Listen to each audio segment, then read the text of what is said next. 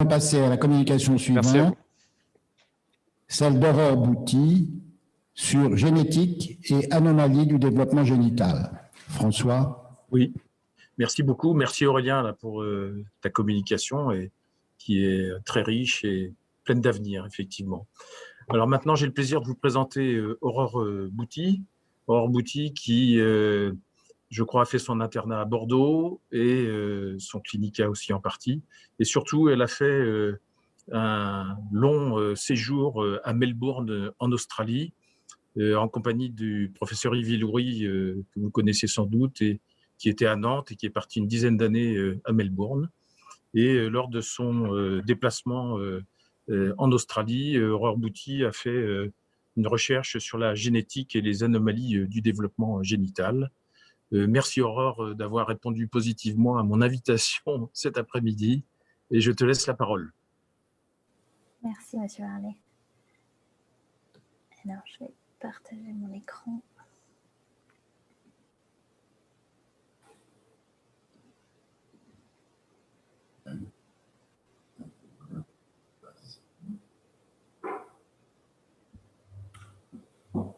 Est-ce que vous voyez mon diaporama?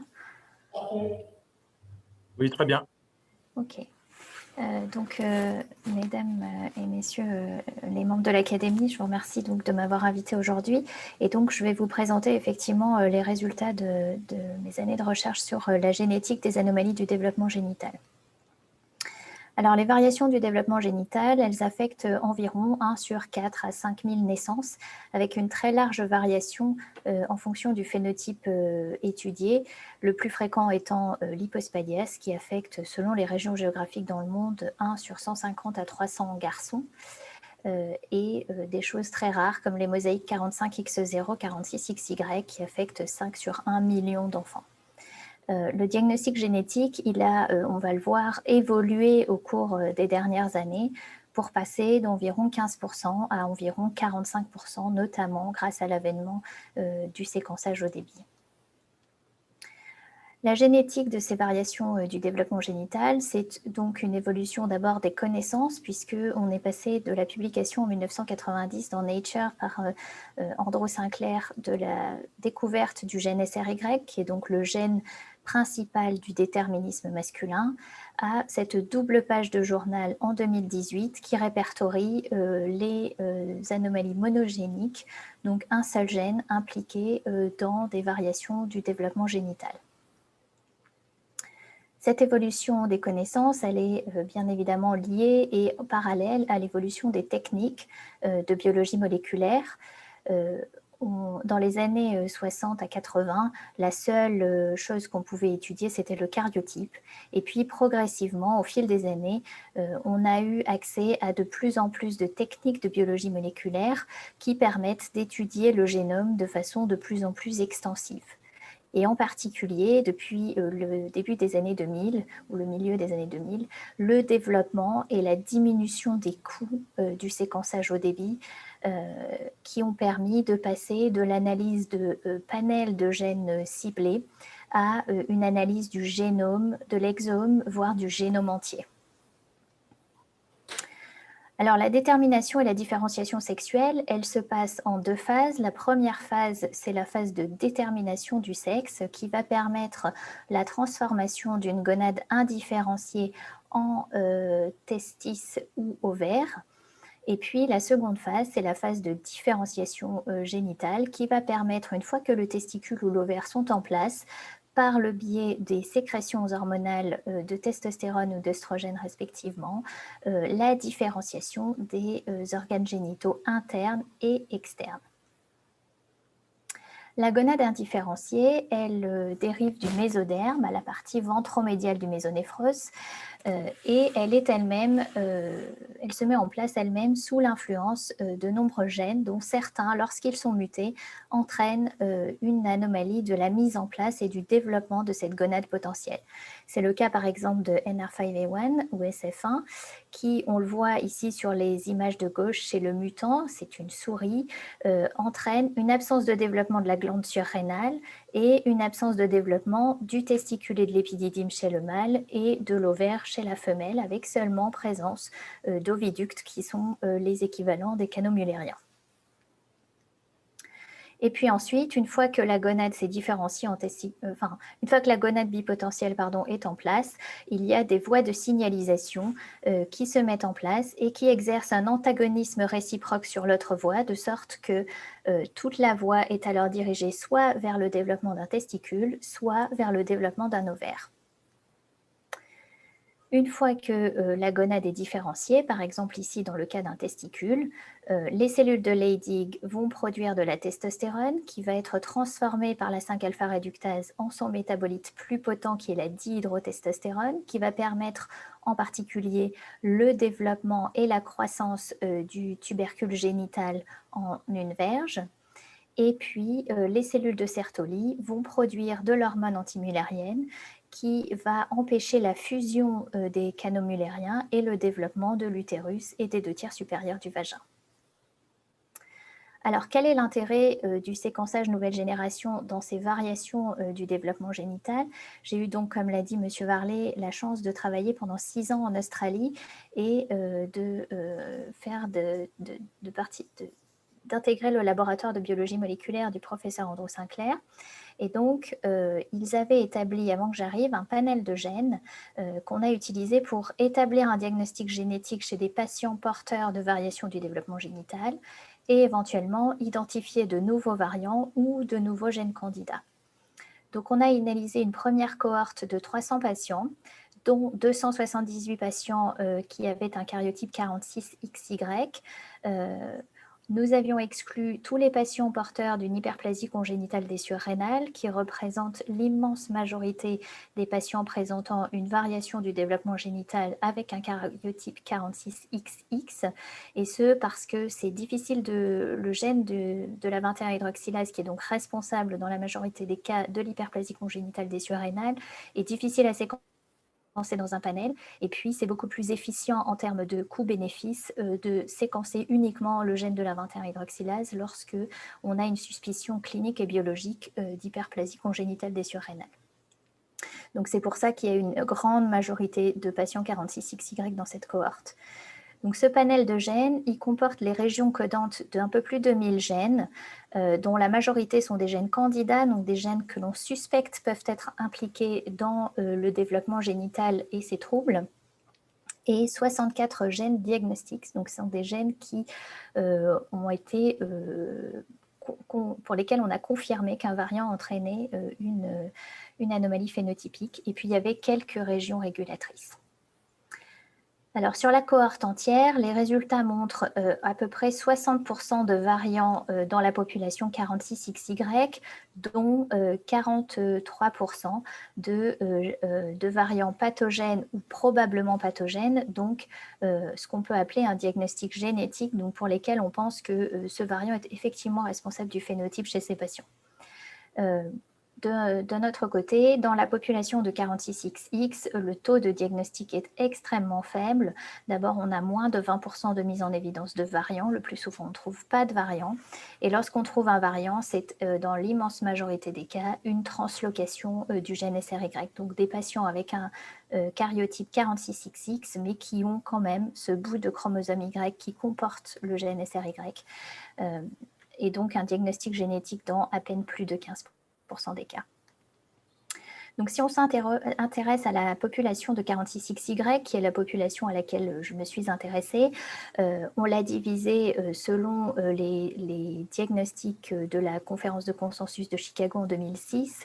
Et en particulier, on a individualisé des patients qui étaient 46XY et comme seul phénotype un hypospadias, et puis une très large partie de la cohorte qui comprenait des 46XY dits d'origine indéterminée, parce que c'est une population qui est une cohorte internationale pour lesquelles, dans un large nombre de cas, il manquait des informations soit cliniques, soit biologiques, et pour lesquelles on avait du mal à établir un diagnostic précis.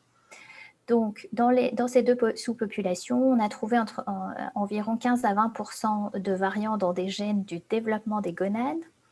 On a trouvé entre 15 et 30% selon le phénotype de variants dans des gènes impliqués dans la synthèse ou l'action des androgènes.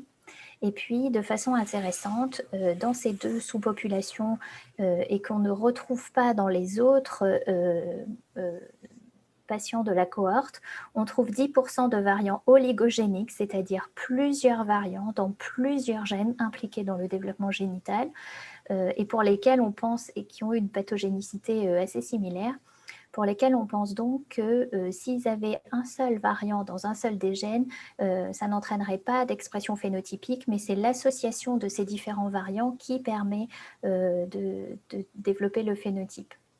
L'autre chose intéressante, c'est qu'on a presque 10% de variants dans des gènes qui sont connus pour être des gènes diagnostiques de l'hypogonadisme hypogonadotrope, qui est une pathologie qui habituellement n'entraîne pas d'anomalie, de variation du développement génital et qu'on ne retrouve à nouveau pas dans le reste de la cohorte. Et puis, 2 variants qu'on a mis en évidence dans le prodomaine d'une protéine qui est impliquée, elle, dans le développement du tubercule génital, pour lequel des variants ont déjà été mis en évidence chez des patients porteurs d'hypospadias, mais ce sont des variants qui jusque-là étaient dans, la protéine mature et dans le domaine enzymatique de cette protéine, jamais dans le prodomaine qui est clivé de la protéine du domaine enzymatique une fois que la protéine est adressée dans le compartiment extracellulaire.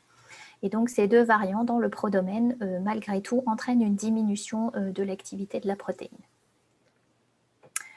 L'autre chose à laquelle s'intéressaient d'autres membres de l'équipe, ce sont les séquences régulatrices de certains gènes, et en particulier de SOX9.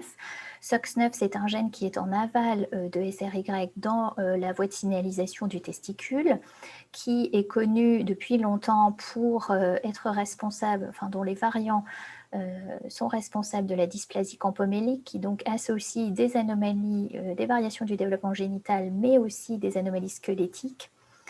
Et chez un certain nombre de patients, on met en évidence des variants qui sont à proximité de SOX9, mais chez des patients qui ont un simple phénotype de variation du développement génital et pas les anomalies squelettiques associées.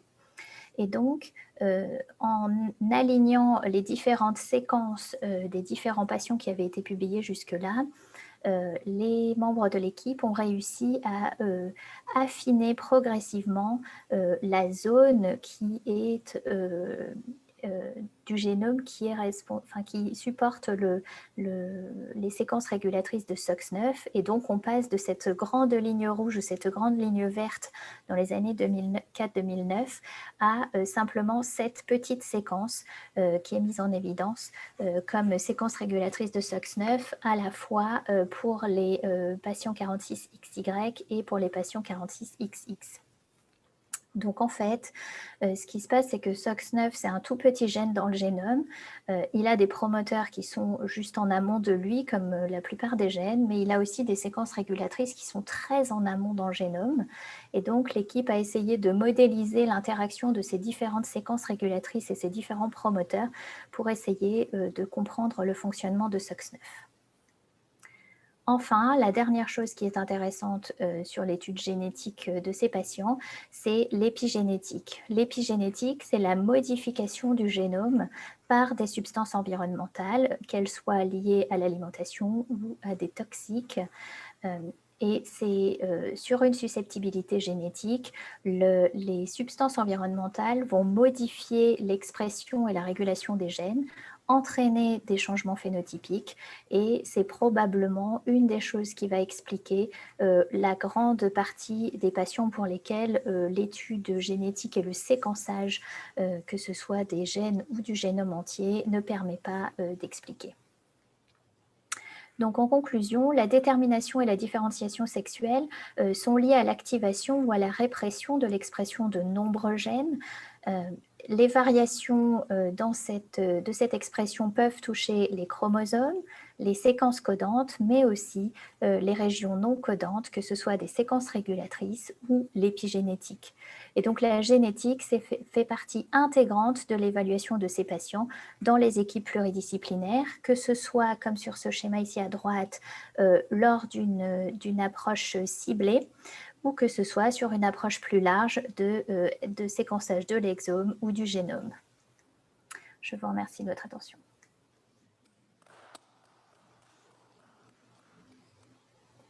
Merci beaucoup, Aurore. J'ai oublié de préciser qu'elle était revenue sur le territoire français, puisqu'elle est maintenant maître de conférence des universités à Lyon et dans le service donc du professeur Pierre Mourican. Merci, Aurore. Alors, c'est évidemment absolument passionnant. En pratique, voilà, si on a un enfant qui a une anomalie du développement génital, qu'est-ce qu'il faut faire? Il faut faire des prélèvements. On les envoie à qui? Parce que j'imagine que tout le monde ne fait pas la recherche pour ces gènes.